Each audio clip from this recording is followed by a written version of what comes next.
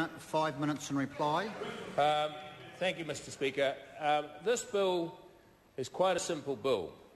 All it sets out to do is to remove the vote from anyone that is imprisoned on the day of an election. Now, how that is done, in fact, is I'm quite happy to have the bill go through the select committee process to actually work out any procedural issues. And if the opposition are hung up around the fact that it removes people from the roll, then let's just leave them on the roll and say if you're in prison, you don't get on the bus to go to vote. I know the bill doesn't say that, but that's what the current Act says, and all I've said is that that's what the current Act says, and I've extended that. So the simple fact is the Select Committee's job is they are charged with finding, in fact, the most appropriate mechanism to achieve the aims of the bill. And in fact, so how that is done, that's quite. Labor have accused this side of the House of dog whistle politics. I mean, talk about rhetoric. They've talked about anger. Most of the anger, most of the rhetoric, in fact, has come from there. In fact, probably the best contribution to this debate, the most civilised and the most thoughtful, I thought, was an outstanding contribution by my colleague Simon Bridges. And there is a man who has been at the coalface of crime. And I think that his contribution to this debate is very worthwhile listening to. And we were suggested by Leanne Dalzell and again by David Clendon, contribution from the Green Party, that in fact this was against the Bill of Rights. Well, the fact of the matter is that Section 5 of the Bill of Rights allows in exceptional circumstances to override Section 12. And what this debate is all about is what are there exceptional circumstances, and if so, what are they? And already the Royal Commission, both the Royal Commission and the Solicitor General, in his opinion of 4 or 5 years ago, confirmed that at some point in time there is an exceptional circumstance. And so what this conversation is about, what this debate is about, is where is the line in the sand around exceptional circumstances. That's all the debate is.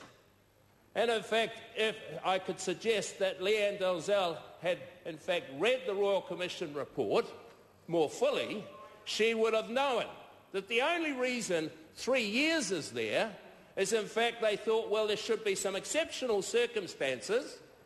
And, well, we've said people that go overseas for more than 3 years lose their right to vote.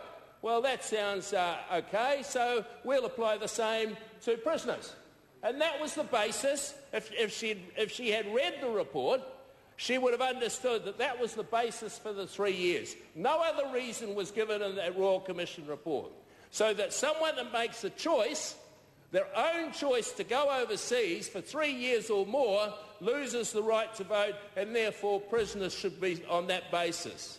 And yet we're talking about people that have in fact transgressed against society, have abused the rights that the community and the people in this the memorials in this House have fought for to defend.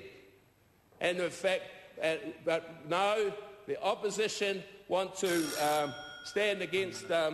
stand for and not have that conversation. Well, I say, Mr. Speaker, that it is time, an appropriate time, that this occurred, because we are faced and challenged by the fact that community can only go so far in defending people's rights, and I believe it's the community has the right to decide when they will no longer provide the protection that in fact they offer in protecting people's rights to vote. And so what that in fact is what this conversation is about, and I am hopeful that it can go to the Select Committee so that we can have an informed debate rather than the rhetoric and anger that came from the opposition. Thank you, Mr. Speaker.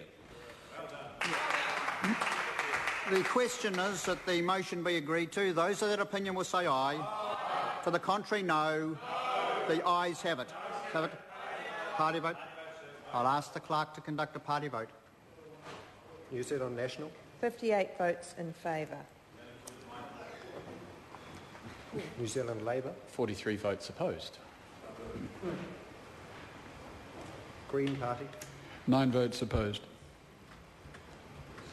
ACT New Zealand? 5 votes in favour. Māori Party? Edima ngā pōti kore pakai. Progressive? 1 opposed. United Future? 1 vote in favour.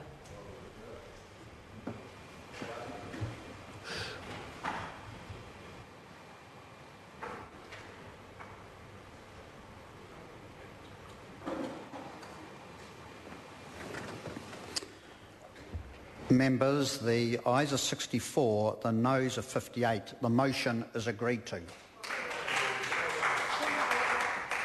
Point of order. Point of order, Joe Butchie. Mr Speaker, I seek your